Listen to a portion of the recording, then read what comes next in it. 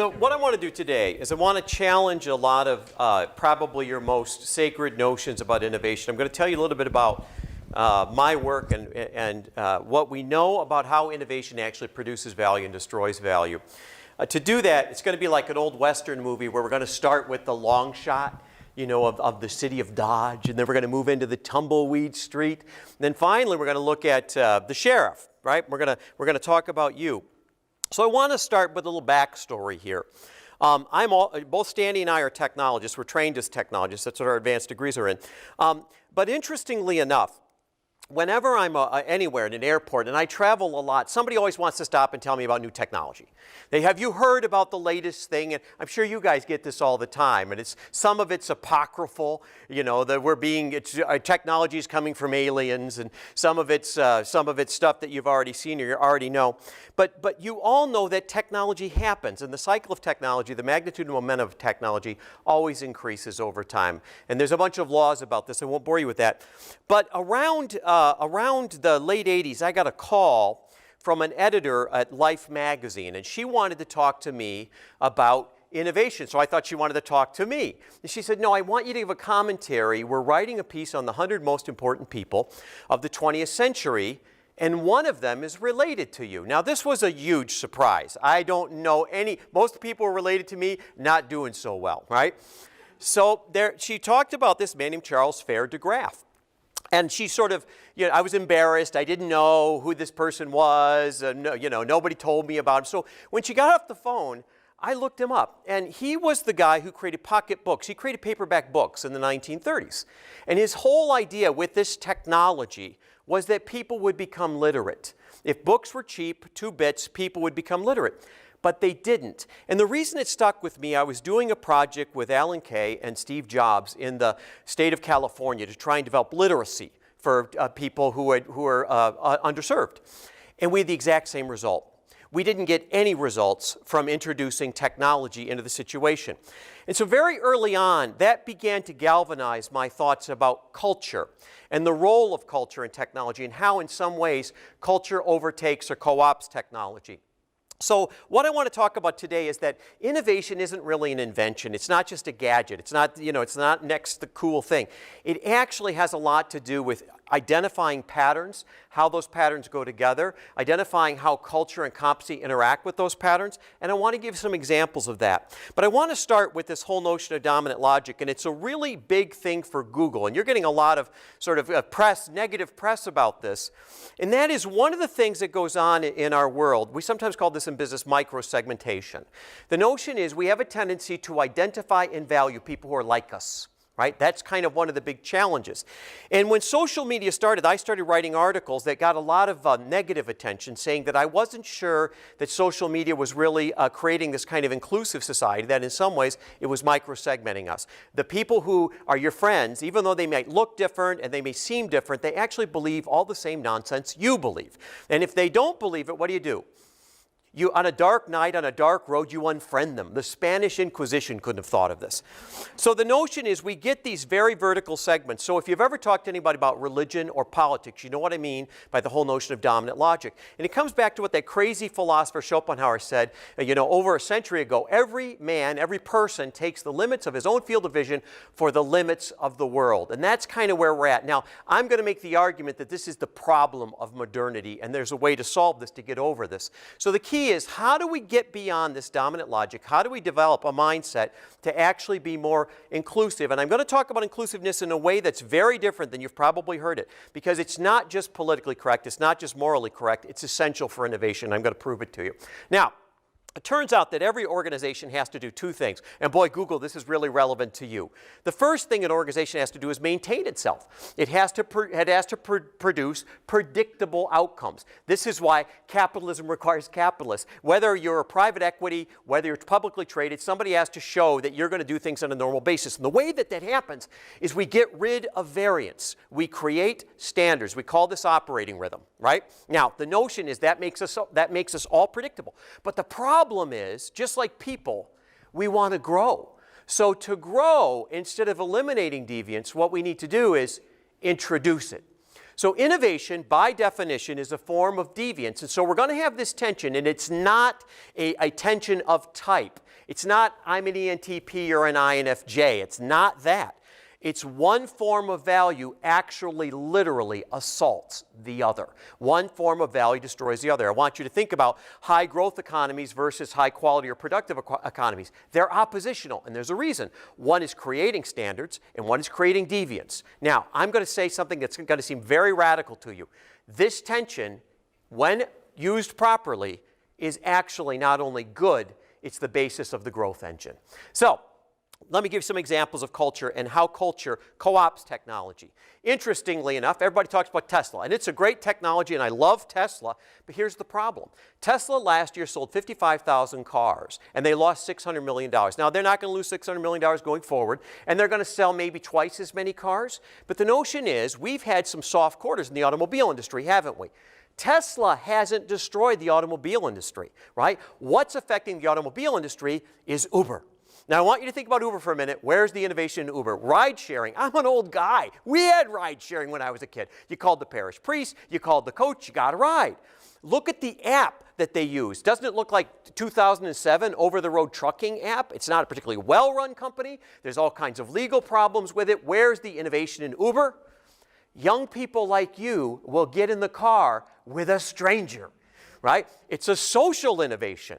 I won't. It's like Airbnb. All of a sudden, the car is not just something you drive, it's something you take someone in. Airbnb. If someone came to my house, I have a nice house on the Huron River, and used my towel, I'd take it in the backyard, burn it, and bury it. I'd sick the dogs on them, right?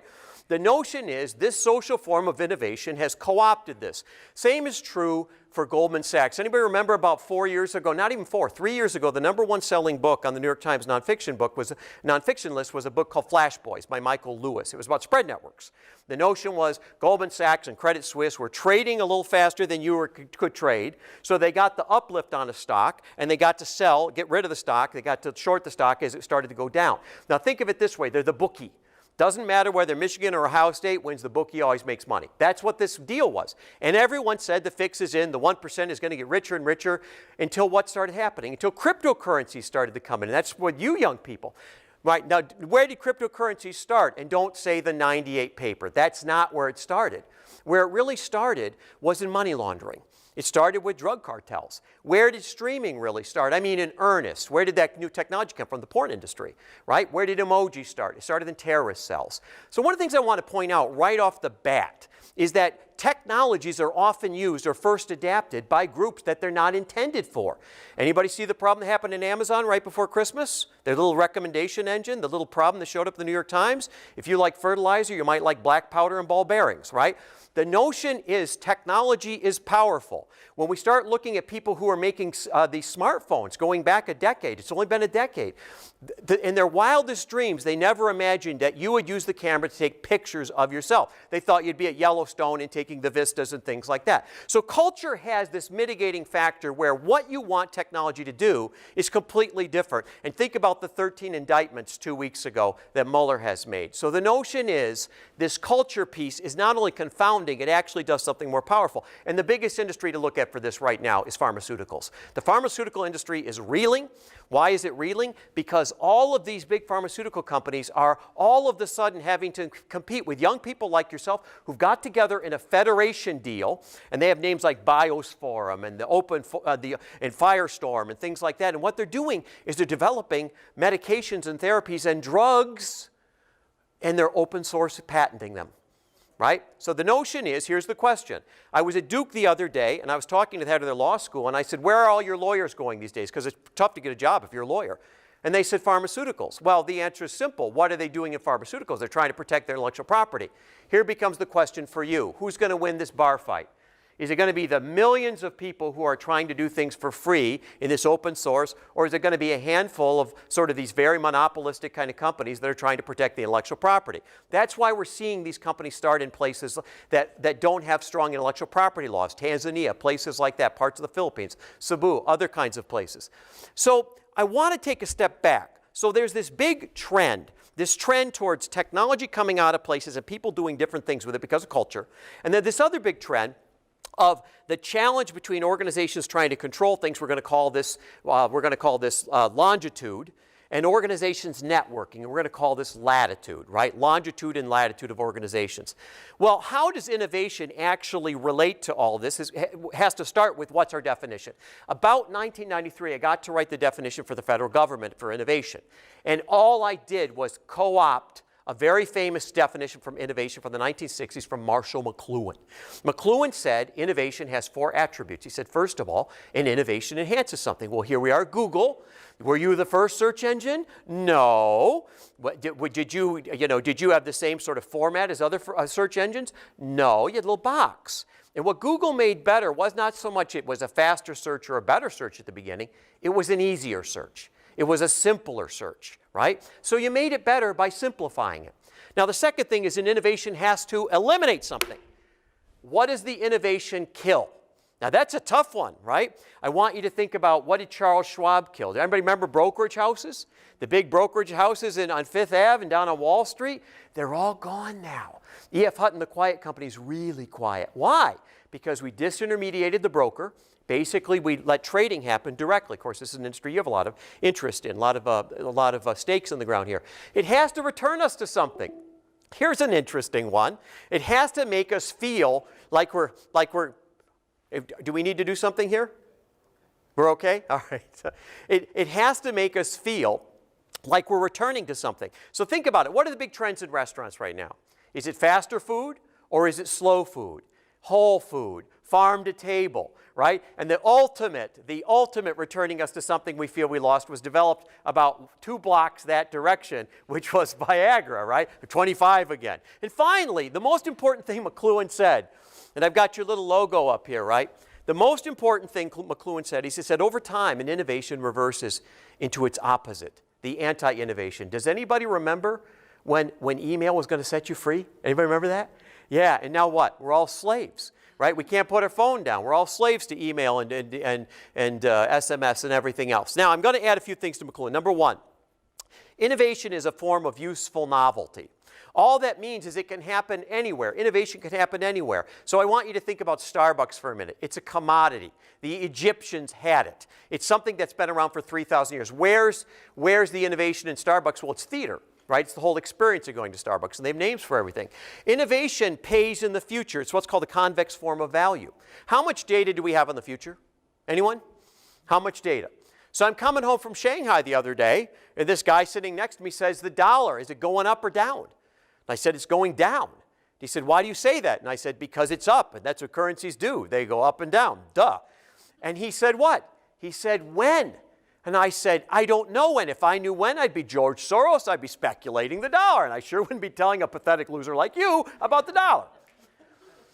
So the point is, the biggest form of resistance to innovation is excessive planning or getting stuck in the planning cycle. Have you been to the meeting about the meeting? Have you seen the report about the report? Yeah. You're the big guys now. You used to be the small guys. Right? So someone else is running the experiment right now where you're doing that. And finally, innovations have a shelf life. They go sour like milk. So the other day, I'm in Chicago. I'm giving the keynote speech for the American Medical Association. I'm feeling pretty good about this. It's a big meeting. But I notice on Michigan Avenue, the line goes all the way down Michigan Avenue. And I'm thinking, holy mackerel, there's a lot of people here hear my silly talk about innovation. And then it occurs to me, what's being released? The new Apple iPhone is being released. And they're basically in line to get the new iPhone. Of course, what happens to the old iPhone the minute the new iPhone is introduced? It's rubbish, right? It's discounted. It falls off the commodity cycle. So the big challenge of innovation is it's only an innovation for a moment in time. So this is what an innovation is, which means it can happen in the supply chain, it can happen in marketing, it can happen in the product itself. It's a lot more than the gadget. So there's other mythologies I think that people have about innovation I wanted to spell you of. First of all, innovative organizations have very little in common. When we start looking at the indexes for innovations, and there's about 7 that started. There's about 13 legitimate ones now. There's hundreds of other ones. But let's say out of 13 ones, there's about 15% of the companies that they have in common, which tells you right off the bat that they're not talking about the same thing. 2, money is almost never a barrier to innovation. Now, if you know this, one of the big issues is money often creates a constraint when you have less money that you have to have an interesting workaround, and we can talk about how the economy is flush with money right now because the tax cut and all the repatriation of the money is going to put about $1 trillion, maybe $2 trillion back in this economy. So the notion is this really going to go to innovation? Is it going to go to stock buyback? Is it going to go to private equity? Where's the money going to go? Competitors often compete in opposite ways. So this is one that relates to you. Google, you have how many companies now? 58, 59 companies, right? You make everything. You're open source, man, right? Apple, what? Apple makes what? They make nothing, right? Foxconn and Innovatrium and a consortium of companies make Apple's product. They make design, and they make brilliant designs. You have to give that to Apple. And the other thing they make is they make a closed operating system, right? In their ecosystem, it's not just different than yours, it's almost oppositional, right? One's playing offense, one's playing defense. So the whole idea that people, even in the same kind of, in a Venn diagram, you're not in the exact same industry, but in related industries, compete the same way, they don't. Incumbents are almost never first movers. This is what you have to worry about Google, right? Think about it as a bar fight. Anybody from a blue-collar neighborhood like I am? Anybody from a blue-collar neighborhood? Yeah, you're from the same neighborhood I am, right? The notion is, who throws, is a big guy with the Budweiser jacket, or is it the little guy with crazy eyes? It's the little guy. We call this in business first mover advantage. And this is why startups throw the first punch, because they can't compete on scope or scale. So when I start looking at what's happened with Google, I think your cap value this morning is like $680 billion. I think you're the second or third most valuable company in the world. You're no longer a startup. And the real challenge here is what? Getting you to act like you're a startup. I look at your new building, your beautiful building. I see all the trappings. Remember, I built Domino's. I helped build Domino's in the 1980s, which was the fastest growing company in the world in the 1980s. The interesting thing is at some point, you're going to have that real challenge of maintenance versus growth. It turns out that breakthrough happens at the edges of the bell curve. We'll talk about that later because that's a very important point. And this is a point that Staney is going to talk about, which is when we started looking at innovation indexes in 1993, less than 1% of them on a regular basis beat the growth benchmark on Wall Street. So the notion is most of what you believe about innovation is untrue. And we're going to talk about why it's untrue. There's only one thing that we're pretty sure we know about innovation, and this is going to be the key to the whole discussion today, and that is diversity happens in the 30 to 50 places on the planet that produce almost all the intellectual property. And when we look at these places, whether it's Tel Aviv, whether it's part of Shanghai, whether it's Ann Arbor, Michigan, or whether it's Palo Alto, where, Cary, North Carolina, wherever you're at, one of the things you're going to see is it looks very different than any place if you drove 40 miles outside of the city boundaries, right? And one of the things we see is that people are very different. I'm going to talk about why that's so important. Now, remember the whole idea that I started with talking about the magnitude of innovation and the momentum, or the speed and magnitude. The two things you have to think about is how much and how fast. That's the question you always must ask yourself. How much innovation and how fast? Is a meteor careening towards the Earth? It's going to kill us all. We better do something now. Or is it that the ice caps are melting and we probably should do something in the next 4 or 5 years in order to get a handle on this, right? Maybe it's even a little more urgent than that. Who knows? But the first thing that companies do is they build a process. Now here's a question to you. Does process create deviance or eliminate deviance? What does process do? It eliminates deviance. Yeah. So the first thing we do to make innovation happen is what? We build something to eliminate innovation. And this is what we do in business schools. This is stage gating. This is portfolio management. These are hurdle rates. So the notion is we're trying to gain control because what we really want from innovation is what? We want predictable revenue. We want predictable things. So by definition, when you build a process, you're going to be incremental because that's what processes are designed to do. That's what that tool is designed to do. Now, what if we really wanted to do something with much higher magnitude for innovation? Wouldn't we have to change the gene pool? It's like a great sports team or an orchestra or a band or a great chef. Wouldn't we have to go out and get people, right? How long does it take to develop a tremendous innovator here at Google? A long time, or a professor at Michigan or Stanford or Harvard, wherever you came from, wherever you are. So the notion is this type of innovation is much higher but harder to do. That's why Google spends a lot of money on you, developing you, because that's really important. We do the same thing at Michigan. Now finally, if I really, really want to change culture, if I really want to change the culture to make innovation happen, is that going to happen overnight? It takes forever. Now, I'm going to say something that's really controversial. There's only 2 ways to change culture because culture isn't a thing you can touch. Culture is in the ether. Culture is the way you talk. It's their mindset. It's the way you interact. It's not a thing. Culture is contained in 2 things. Number 1 is contained in leadership, how you lead. What do we do if you're acquiring an underperforming firm? What is the first step when you acquire an underperforming firm? You got it there, right? Knuckle bump. get rid of the senior suite. The Chinese have a wonderful saying, the fish stinks from the head. They have a wonderful saying for everything. But that's what that means. That means you got to get rid of people because culture is contained in leadership. And if you got great leaders, you get golden handcuffs. Oh, they're going to stay for 2 or 3 years. The second thing that changes culture is how you work. Now, I worked on a project that most of you know is Eco-Imagination. It's the first $30 billion spend on the green technology that General Electric did. Well, one of the things that people get wrong about that is it was not just to change the game about power, which it was partially, but it was also to try and figure out how to get 28 divisions of one of the world's largest companies to work in sync.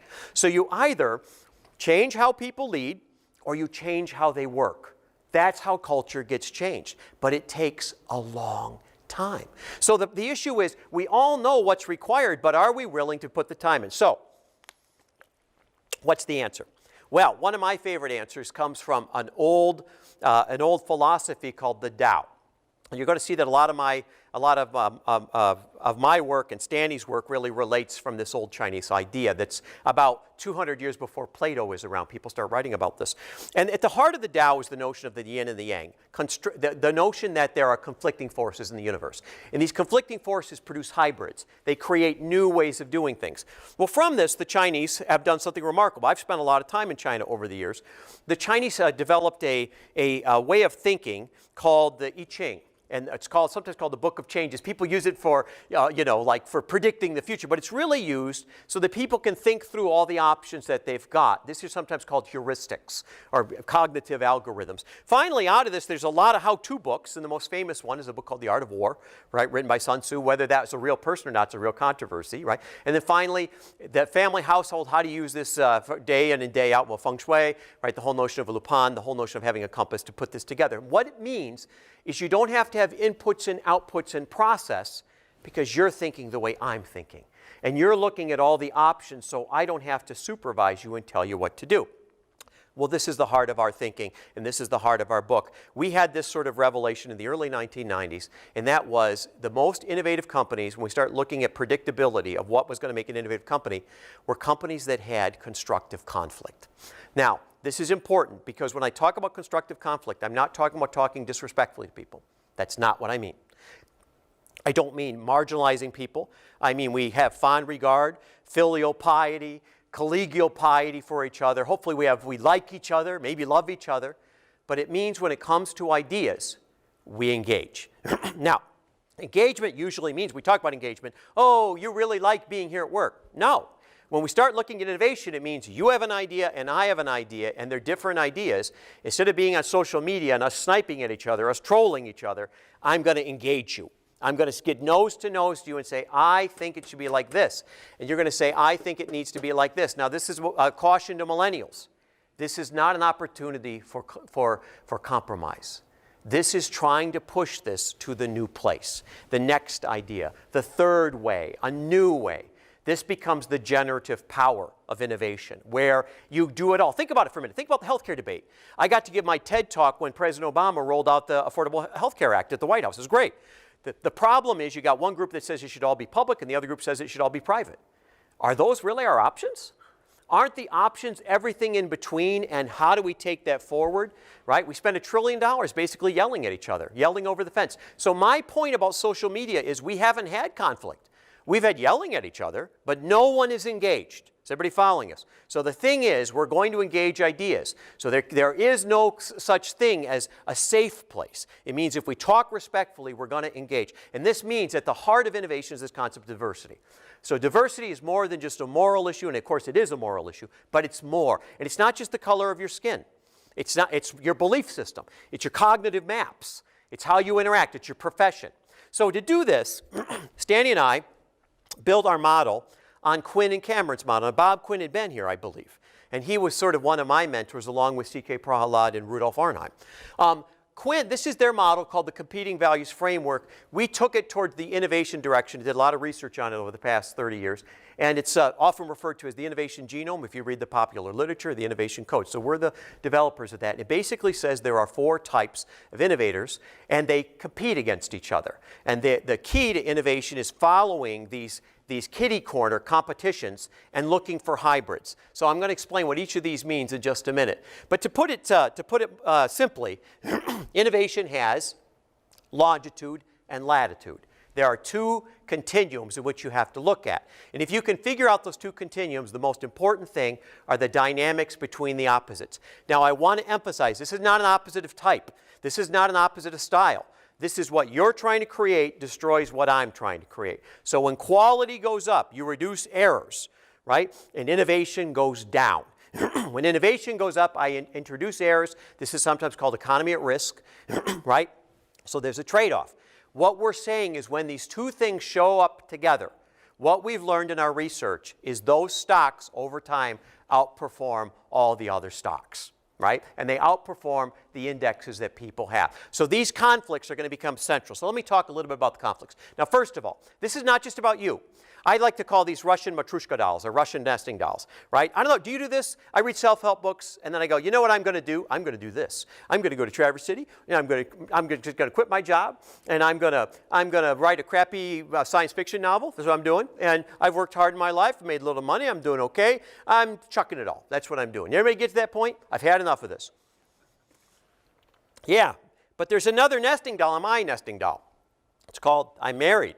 And I have 3 children, and I have a dean, and I have business partners, and I have people who count on me, right? Yeah, that's the other part. And then what happens after that is there's the real world. That's the big nesting doll. There's a pandemic.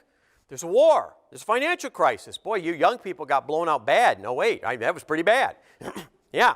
The notion is you don't act alone, do you? You act in accordance to your community, and you act in accordance to the situation. So it's not about you. It's not about I'm this type and that's all equal. That's not what's going on. What's going on is there's situational effectiveness. And it's not situation like this is awkward, like it's a social situation. It's like what's happening in the outside world and how do you need to act to do this. It's like playing a sports game, like football or soccer. Whatever you follow, there's a time that you do a certain sort of things because it's appropriate to do it at a time. Surgeons, the same way. So let's look at the first one. The first one is the creative type or the artist type. I was really lucky when I was young. I got to be an advisor to Steve Jobs. It was great. Walt Disney was one of my heroes. Anybody like Disney? Other than he had some opinions that were not very cool, but he did some cool stuff. Think about Elon Musk. Think about Tesla, not just a company, but the Nikola Tesla and all that kind of stuff. So what's interesting about this type of person is that they're very good in unique situations, things we haven't seen before. We're trying to cure an incurable disease. We're going into a battlement situation we've never seen before. As meteors careening towards the Earth. It's highly unique. So that you're making it up as you go along. There isn't really a lot of precedence for these people. They have a high tolerance for ambiguity. They love ambiguity. Right? They love to spread the field. They love to try stuff. My favorite example of this is the Large Hadron Collider. Anybody remember 3 years ago the BOES, the God particle? Right? Here we are at CERN in Switzerland. We have 7 Nobel Prize winners. 2 believe it would create a black fissure. Do you remember this? They thought it would create a black hole and destroy the universe. They bet a beer and pulled the switch. See you in hell, Jurgen. These are these guys. They're going to drive the Harley into the pool, right? But they're going to see the future first because they're looking for it. So the organizations are very ad hoc. They're making it up as they go along. They're morphing. People are coming. They're going into these organizations. And the artists themselves, what they really want is they want to be creative. They're serial monogamous. They don't like staying in their job. They're always looking at a new thing. They're all ADD, every last one of them. They pick up every pretty pebble on the beach. You know what I mean? It's a Fellini movie. This is that group. It's a Grateful Dead concert. Jerry's playing, Mickey's in the bus, the girl in the white dress has had too many mushrooms and she's spinning, the spinners. You're probably too young to remember all this. That's what's going on here. This is this group of people. So they have a high degree of innovation, but their speed is relatively moderate because the delta is very large. Some stuff's going to happen tomorrow, others when hell freezes over. But the biggest problem is they're high risk. Right? Oh, that blew it up real good. You remember last fall? SpaceX blew up a $1 billion rocket, and they blew up Facebook's rocket too. That blew it up. Yeah, how about that? Yeah, this is this group of people. So where we find them? We find them taking risks. We find them in strategy. We find them in the arts.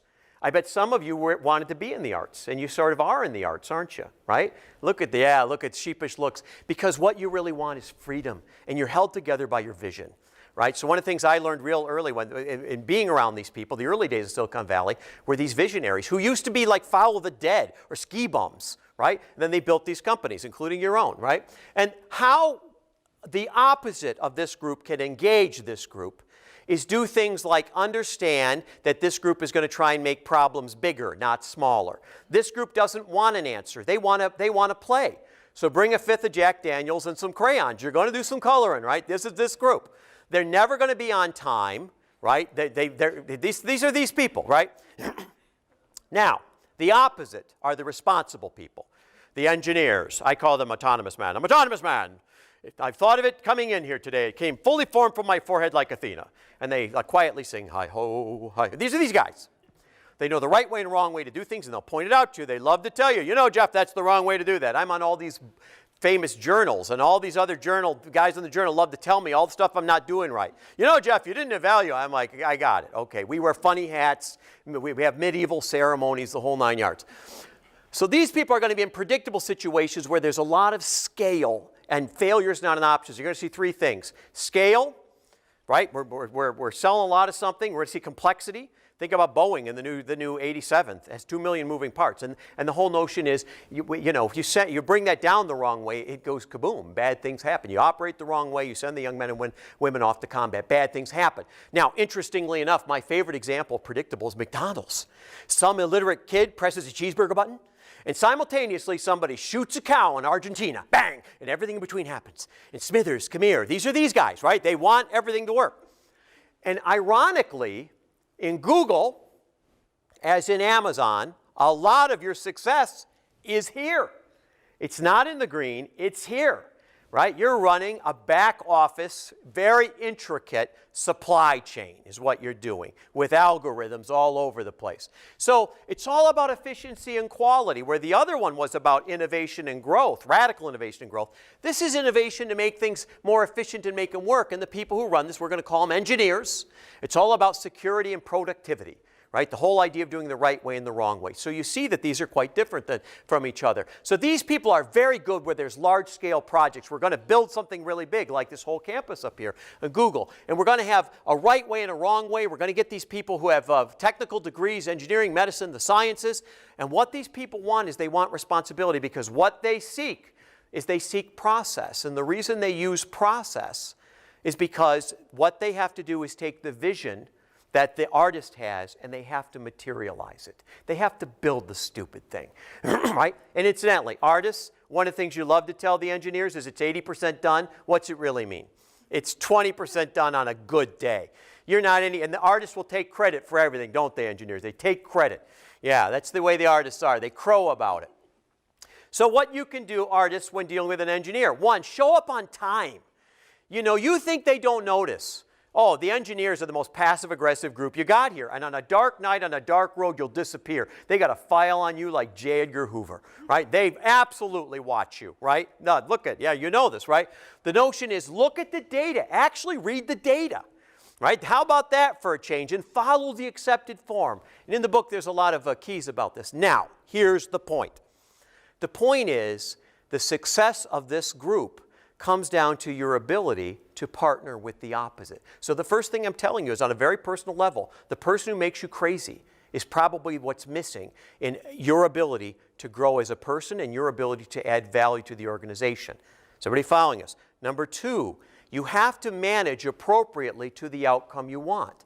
So if I want the engineer outcome, I have to use process. It's complicated. If I want the artist outcome, I'm going to change the gene pool and I'm going to hedge. That's why startups run the way they do, because they can't compete on scope or scale. So the notion is I've got a screwdriver, a hammer, a wrench, and a saw. They're great tools. They're not interchangeable. And that becomes the first challenge. Now we have to encounter the other. That's the key. I want you to think about your own organization. Think about Larry and Serge. You see this? They're opposite. Lennon and McCartney. Right? You're going to see this over and over again. You have to find the person that makes you crazy. So I like superheroes. So this is Johnny Storm, the flame. Incidentally, superheroes need to be more inclusive. I couldn't find any sort of balanced superheroes, so I'm sorry about that. But we'll have to get Stan Lee to work on that a little more. Maybe some of the newer ones I don't know about. And then we got Richards here, who's sort of the red genius guy. Well, let's turn this around and talk about one of my favorite groups, which is the compete group, the Blues. These are the athletes. I teach at the Ross School of Business where we grade on a curve, right? And we have sayings like, don't send your ducks to Eagle School. And it's like the University of Chicago or Wharton or MIT, right? The whole notion is it's competitive, that what we're trying to develop are athletes, people who are positive, they're forward moving, but the notion is they're ready to compete. They're ready to do what needs to be done. So these are people who are very good in contentious situations. So last week, I was the keynote speaker at the Air Force, their big annual convention, right? You want athletes in your military services, right? Because what their job is what? Is to keep everybody safe. That's their job. So they're going to be aggressive and demanding situations. So whether you're a sports team and it's Michigan competing against Ohio State, or whether you're competing for potato chips or you're making smartphones, this is where there's someone else coming after you, right? And we always make fun of these people until we need them. Then we need them, then it's a whole different deal, right? These are MBAs, these are business people, right? And they're very market-based organizations, meaning they face outside and they're beholden to shareholders or they're beholden to guidance. They have something that they've told people they're going to accomplish, so they're very interested on speed and profitability. The notion of profitability, even in a nonprofit, is, have we got bigger endowment? Michigan likes to say, we're not interested in that. But of course, the truth is all the best schools have what? They have these huge endowments, right? And that's kind of the score. And finally, these people are all about vitality and prosperity. And you must have some of these people because on walking around your building, you got a gym, and people are tracking how are they fit, and are they doing stuff, and who's in first place, and who's in last place, and top 10 and bottom 10. So you're not fooling me, Google. You got these guys too. And we need these people. We're going to find these people in a lot of places. We're going to find them wherever the challenge is results driven. These are get-it-done people, and they get it done very quickly. These are not long cycle people. So they're going to look where the goals are focused, like we have to make the quarter, where we've got a problem we've got to solve. Something didn't work and it's got to work. But more importantly, we're going to find these people where challenges and resources result in some kind of a score. Now, what the sages can do. This is going to be an interesting thing because I have to warn you about blues. Boomers in the United States are typically blues. You know what? When I came to college as a wrestler. I got to college as a wrestler, and that meant somebody got a gold medal, and the rest of you were pathetic losers and either went to therapy or learned to drink. That's what it was. That my generation. You ever watch the Rudolph the Red-Nosed Reindeer thing at Christmas, and you think Santa Claus is a total jerk? Yeah, that's my generation, right? We went to the moon, we licked the commies, we built the net. Right? That's us. But our children are not those people. Our children have a little trouble with our goal centricity, our focus on goals, why we're obsessed with goals, why we compete and fight over everything. It's very confusing. Well, our children are these sages, and sages collaborate. So they're very good at cooperative the lifestyle things. They're very good at searching and reapplying ideas. They're very good at sharing. Right? They don't like the idea of intellectual property. They don't like the idea that somebody owns something, asymmetries. They have a very democratic notion of the world, a very inclusive, a very consensus notion of the world in general, right? In general, these are generalities. Interestingly enough, their organizations are very clannish, very community-oriented, very network-oriented. So you're connecting to people that you want to connect with, that you share some kind of personal affinity for. You're very values-oriented, right? Where the boomers are goal-oriented, you're values-oriented. And I believe this is creating the largest cultural shift in my lifetime. It's not like the 60s. I want to tell you 3 things about young people that you probably already know. Over half of all live births to women under the age of 30 starting in 2014 are outside of marriage. The more educated the woman is, the less likely she is to marry. Marriage is no longer normative. I've been married forever, right? She's been married to me forever, right? The notion of what you want to do for a living. Here at Google, is this a lifetime event at Google? You're going to be here forever? Interestingly enough, according to the Pew Charitable Trust, what do you really want out of life? You want to have impact, you want to make meaning, you want to take time off to cure river blindness in Tanzania because you care about culture, right? As opposed to my generation. And finally, the other thing that's very big is when we ask young people what their religious affiliation is, the number one growth area is what? No affiliation, right? So if you're talking to a boomer, I've been married forever, right? I'm a practicing Roman Catholic and I'm a capitalist pig. Right? I teach in a business school. So we're different about this. It doesn't mean we can't get along, and it doesn't mean we don't have a lot to teach each other. But the notion is, I'm doing this in a very gross way, obviously, to sort of teach this. But I also want to point out that the Chinese are a clannish culture. They're the opposite of American culture. American culture became American culture in a very ballistic way, in a very hard way. I want you to think about 2008, September 15th, when Lehman crashed. Between September 15th and January 1, we laid off 6 million people. Bang, bang, bang. Right? But we also hired them back faster. This culture doesn't. Right? Takes care of people because it's value-centric, but also takes longer to bring them back. So it's a long cycle culture. We find these people in community service, places where conflict is managed. We find these people where we're dealing with people in a way that we're trying to help them develop. We're trying to mitigate conflict, and we're going to find these people where harmony is paramount, where people are respecting each other in a way that they don't have the kind of conflicts that I'm suggesting here. So, how can the athletes engage people? Well, athletes, boomers like me, we have to be more patient. That's a big one, you know, because you've got a lot of things that you'll say, I need more time on this. And if you're a boomer, what's boomers? And, oh, you don't have more time. So on Wednesday. We have to be more cheerful with you. You know how people will say, you can do it. There's all this big thing about positivity now. And what are old boomers like me thinking? No, you suck. You can't. Sit down, right? That's what we're thinking. But no, you're encouraged. So we have to be understanding of that, right? And of course, I'm dealing in gross generalities here. But the notion is, the challenge here, the other thing that predicts value, is that these two things get along. And that's one of the secrets, I think, to when my generation and your generation collaborate, when Americans and Chinese collaborate. I think there's something very powerful that happens in those communities. So I think of this like Sue Storm and The Thing. Sue Storm's one of my favorite ones. She has a force field. How many like a force field? She can read your mind. That's what I want to do. Read your mind, read my kids' mind, protect them, right?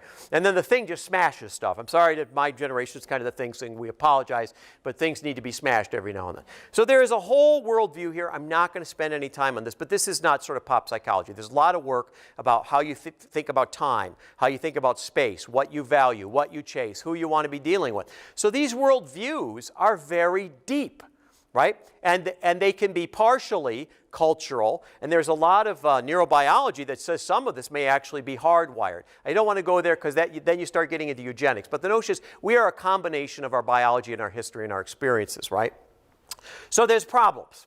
Let me tell you a problem. This comes with anyone who's been married for a long time will tell you that, can you change the other person? Now, you're all young and you think you can. Can you change? I just have to tell you, as I'm a pod from the future, you're not going to change the other person. The number one year for divorce is when? It's year one.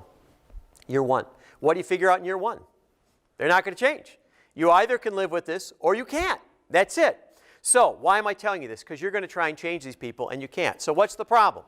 When you get the reds in your group, what do they always do? They're very judgmental. They'll tell you the right way and the wrong way to do things, right? When you get the greens in the groups, what do? They have no discipline. They get up and walk away. They don't follow up. They have bad methodologies. What are the blues? The blues love to take over. The blues, you know, they can be boorish. Here's what we should do. Short term. Let's make the meeting 5 minutes. It's like a drive-by shooting. Bang, bang, bang. PowerPoint slides everywhere because they can't speak in complete sentences yet, right? And finally, when you get the yellows, it's all about, oh, we can pull together, let's just have another meeting. The notion is, you're going to try and change that? You can't. This is the downside that goes with the upside. This is what you have to deal with. Nation states also have this challenge. Now, every nation state has all four of these. And the whole idea of a nation state is kind of an old idea. But think about Japanese culture. Why were the Japanese so good at quality after the war? When we basically invented quality, Six Sigma in New York, right? So what's been interesting is the Japanese had a 2,000-year-old tradition of Hari design. This is part of their culture, right? Think about the Netherlands. My name's DeGraff, right? The Netherlands. How has the Netherlands been able to have this incredible, prosperous community? It's a really small country. It's the tallest country in the world. If you know this, I'm not representing well. My mother's Hungarian. But the notion is, because things have gone well after the war, because the Dutch can't compete on scope or scale, so they have to go out and trade. They have to invent stuff, right? Think about the United States. How did we get to be the United States? You either came here to chase Gold Mountain, you came to escape the Tsar, you came here in chains, or you thought you were here. Right? It was not exactly a picnic, right? That's how we do things, rather ballistically. And finally, think about China, where there are over 50 words in Chinese for which uncle are you? Are you the rich uncle? Are you the crazy uncle? The uncle we avoid? The uncle we suck up to? Who are you in the family? The notion is you're always going to see this, and what happens is we have a tendency to vilify the people who aren't like us. right, instead of understanding them. And that becomes the big challenge. So we have to have the right person at the right job. Now, I'm going to throw some self-help stuff out the window. It's going to upset you. But I'm going to tell you what basically the research says. First, the assumption of type doesn't mean competency. Oh, I'm an artist, but you suck, right? You're just not a good artist. The assumption that talent can be developed. This is my favorite one. It can be developed to a point. But you're not going to make Mozart or Michael Jordan. Those are things that are a confluence of natural talent and the situation that they find themselves in. Assumption that all types are equal. They're not. If I'm an investment banker, what am I trying to do? I'm trying to do blue stuff. If I'm a university professor, I'm trying to do yellow stuff. So the blues are going to be more valuable in one situation, the yellows in another. And finally, the assumption that balance is better. Not necessarily so. When I'm starting a project, the greens are geniuses because they love the ambiguity, make stuff as they go along. At the end, the reds are geniuses, and everybody in between is a genius. Now, remember, I haven't spoken about the Xers. Xers, what their genius is at is connecting boomers and millennials. Xers are the smallest generation, but they're the most ambidextrous generation we've seen. So the only reason I talk about boomers and millennials is we're the largest generations by far, relatively. Xers smaller, Gen Z are going to be smaller, but they might be the most valuable, right? And incidentally, millennials, remember this. There's more of you now than there are of us. You're on the sunny side of the hill. And if you ever figure that out politically, boy, it's going to get real interesting real fast, right? So the direction you move under stress is what people really are. So if you really want to know what somebody is, see what they do when they're really under stress. Do they go get on social media, talk to their friends? Do they shorten the field and sort of look at the three things in front? Do they look at the data? You know, do they go and weasel out of stuff and sort of go off the reservation and do all kinds of creative stuff? That will tell you what that person is. But here becomes the money part of this. This is the key part. How you innovate is what you innovate. How you innovate is what you innovate. You want radical innovation? You got to embrace the artist. You want to get scale? You got to embrace the engineer. You want to go fast? You got to embrace the athlete. You want to build something sustainable? Embrace the sage. And you need all four of these to win. So here's the biggest problems you're going to run into, and we're going to talk about the data in 1 second on this. The biggest problem you have is that the people who are in the green position are orphans. The artists are orphans. You know, the city that you're in right now, Ann Arbor, has more venture capital per person than any city in the United States. The problem is, does it relate to anything else in this state? No. You're orphans. So the problem is you've got to snuggle up to people who are trying to make a living and do things in other areas. The second problem are the blues and the yellows. And the problem is they're oppositional, dogs and cats. So one, you have to really engage the conflict. And the second problem is this is by far the longest cycle of innovation. It's sometimes called Death Valley or the bottom of the bathtub. How many have been on a project that lost momentum? Anybody been on a project that lost momentum? And you have to platoon players in and out. Yeah, this is that part. And finally, the reds, the engineers, the problem is they're so optimized that there's no room to try anything else. And so when the new thing shows up, they're not prepared for the new things because every moment of their life is basically taken up. So we have to rely on each other. Now, the other thing that's very important about the dynamics, which is a key point, is innovation doesn't move from the inside out. It moves from the outside in. And think about this for a minute. When do people really change? When do you really change? I mean, really. Well, when you made a mistake, when your life sucks, when you get divorced, when you lose a job, when your house goes away, somebody close to you passes away. Why do you change when your life sucks? Because the risk of trying something radical and the reward of staying where you're at is reversed in a crisis. Is everybody following us? Whether this is Apple trading at $3 a share in 1997, right? Whether this is Gandhi in the March to the Sea, it also has a negative effect. This is also Hitler in the brown shirts. The notion is it doesn't move inside out, it moves outside in, where the middle of the organization is trying to do what? Maintain. And the outside is trying to do what? Introduce diversity. Now, the other time that people change is when? When they're on a roll. You win the lottery. You got promoted. You're in love. All that stuff. Why do you try stuff then? Because the same thing. The risk of trying something radical and the reward of where you're at is reversed. Right? It's called risk capital, right, in our world. And incidentally, Google, you've had a lot of risk capital over the past 10 years. A lot of risk capital. So the notion is, don't launch innovation from the inside out, because what will happen to that innovation is what? The organization will begin to converge it. It'll begin to make it more incremental. You have to start at the perimeter. The farther away you can be from headquarters, the farther you can be away from the watchful eye, the better off you're going to be. Now this leads us to this last slide here. This is referred to as the Schumpeter cycle. In the Schumpeter cycle, I want you to think about this for a minute. First of all, organizations are created by greens, typically. They want to have freedom. This is Larry and Serge, created in a garage in Menlo, right? This is what this was. But next, we got to get money involved, and these are the people who gave you money early on, right? These are the big Apollo funds and things that gave Google money at the very beginning, and they focused the two. Then what happens is you grow ballistically. We got to get the yellows on board because we got to have the right people, sell the right people, build the right community. And then we have to have, ultimately, the reds on board because we have to get to scale. Is everybody following us?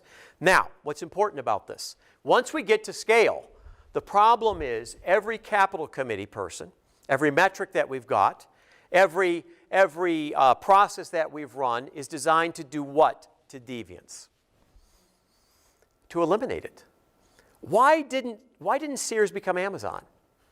Why didn't Microsoft become Google? Right? Why didn't McDonald's become Starbucks? It had nothing to do with competition. They had all the stuff in the lab. Right? You know this. The notion is, and this is the radical part of this whole discussion, what Schumpeter said is radical, and whether it depends on who you're talking to. We had 6 or 7 Nobel Prize winners in economics since 1969 have talked about this. The radical part of this is that what Schumpeter said is that we're not destroyed by competitors. What Schumpeter said is we kill ourselves. We have seen the enemy and he is us. Our dominant logic becomes so strong we can't get over it. Right? And as a nation state in America, aren't we suffering from this right now? That we can't get over our dominant logic. We can't see the other. He calls this the point of creative destruction. And ironically, organizations that begin to fail quickly have a much better chance of innovating because they have to go back to the beginning of the cycle. Apple trading at $3 a share. Is everybody following us? But think about General Motors. In 1950, had 53% of the world car market.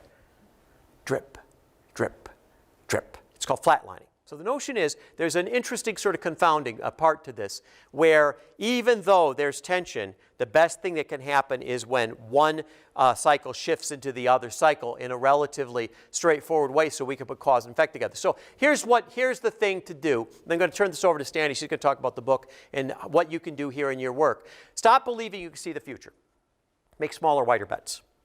Choosing big over fast. No, pick up your pace. Go faster, right?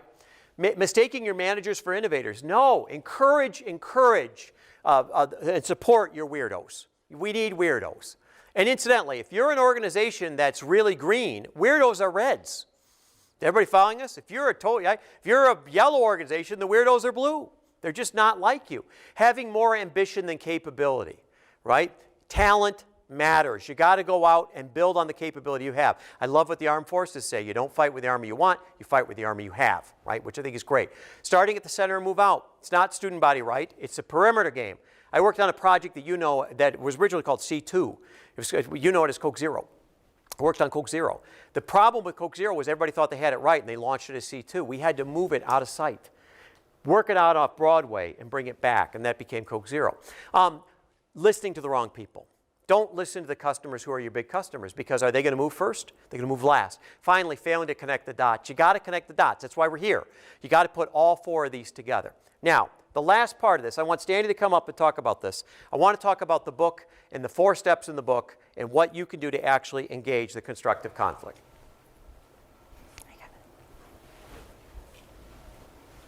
Hi, so I won't bore you and I won't take too long, but we've created about 4 really simple steps for you guys to create a constructive conflicts. Because the thing about it is you actually have to do this every day. It's not, once you get it, it's almost like a muscle that you have to exercise. Once you get it, it becomes really easy. But if you've never done it before, it could be pretty awkward and can be quite difficult and actually quite, quite intimidating to start first. So the first thing that you have to do is really assemble a diversity of perspective. What I love about this building when Scott gave us a tour is there's so many spaces here that are very open spaces that anybody can just go to. So that's the first thing is, I always talk to our clients and I would say there has to be a space where people actually can just go in and just talk to one another like a normal human being. If you put them just in cubicles and there's no way for them to go anywhere, how are they actually going to meet other people? But this also talks about recruiting. In a company, you can't just recruit one type of person or one type of skill. You might want to combine, the skills you're looking for with the kind of age you're looking for, with, the kind of skin color you're looking for, with the kind of background, with the kind of, diversity of thought. Where's this person coming from? So once you have to have a pool of people in which you can communicate on a regular basis. And I think this is what Jeff always talks about is, we have 3 children, and my youngest is 16, and they're always on social media. And what I do see in social media too is people start only looking, my friends are my friends, and my friends have the similar view that I do. And I get frustrated when I see a different point of view that to me was attacking my point of view. I don't like that. And I know people do that. We have our own niches, and that's actually quite dangerous for what we want to do. We should just open up and start talking, have a conversation with somebody else who's very different from us. I was just talking to my intern, and she was talking about, how do you meet new people? And I said, well, I used just to go to cafes. And there are a lot of people in cafes. She's just like, I've never met any new person in a cafe. I'm like, it's a totally different world now. I totally get that. But I think that's why you actually have to make the first step. And so this is the kind of types of the 4 colors that you can find. Usually engineers are very organized, so they can be scientists, analysts, those kind of things, and sages are teachers and so forth. So you can look at that. But the second step is then you have to actually engage it. So we're talking about if we're doing brainstorming, for example, to solve a particular idea or a particular challenge in your organization, gather everybody and make sure that it's all 4 colors.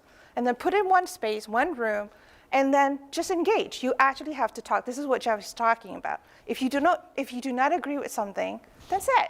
I don't agree with that. You don't have to be mean. You can be respectful, but you have to engage. And I think, and forgive me if I'm wrong, but I also noticed that in my children, especially the 16-year-old, he doesn't like conflict. So he doesn't like telling people, I don't agree with you. And it's easier for him to do it in social media and to write something about it instead of just walking to the person and say, I really disagree. And this is actually a skill that you have to do. You actually have to engage that with this open-mindedness and conversation. It's really when we create a cognitive dissonance in our brain, and then we start thinking about new things. So one of the things that we also talk about is use this and say what works and what doesn't work, and go through the 4 colors to see what's working and what doesn't right now, and to figure out what solutions we can come up with. And when you get into a really big conflict and you feel like you're stuck, the third thing that you have to do is really make sure that you establish that shared goal of vision. Keep on reminding everyone why you're there. Why are you in this room? We are trying to solve that particular problem. And just kind of stick with it. Because if everybody has the same goal and everybody agrees with that same goal, and they can remove their ego, I think that's a big thing from the situation, we might be able to come out with something. And the fourth one is just then you have to construct that hybrid solution. So brainstorm a lot of arrays of good ideas and select the best ideas from the 4 colors and try to see, can I put the green one with the red one? Can I put the blue one in the yellow one? And we put some ideas and some methods in the book. You can use metaphors. You could use different kind of a creativity idea, and that we can put up together. And basically the idea is, let's not compromise. Let's not choose one idea to another. Let's figure out a way that we can ascend all this, get our disagreement together, listen to one another, create a bond, and learn how to communicate with another, and then come up with a better solution. Jeff? Oh, well, thank you. Let's finish up here. So what's the point? Take a higher point of view, right? It's hard, isn't it? It's hard with all of all the anger. It's hard to get to a higher point of view. But have you noticed people, adults are starting to do that now. They're starting to say, even though I might be a little bit on this side of the center line, the people who are a little bit on the other side of the center line make a lot of sense. We can have a conversation about that. And finally, I want you to remember the DeGraff hypothesis, which is probably what they'll remember on my tombstone. Out of all the stuff I've done in my life, the amount of innovation an organization produces is inversely related to the number of stupid PowerPoint slides or elaborate process diagrams it makes about innovation. In the old words of Phil Knight, you just have to do it.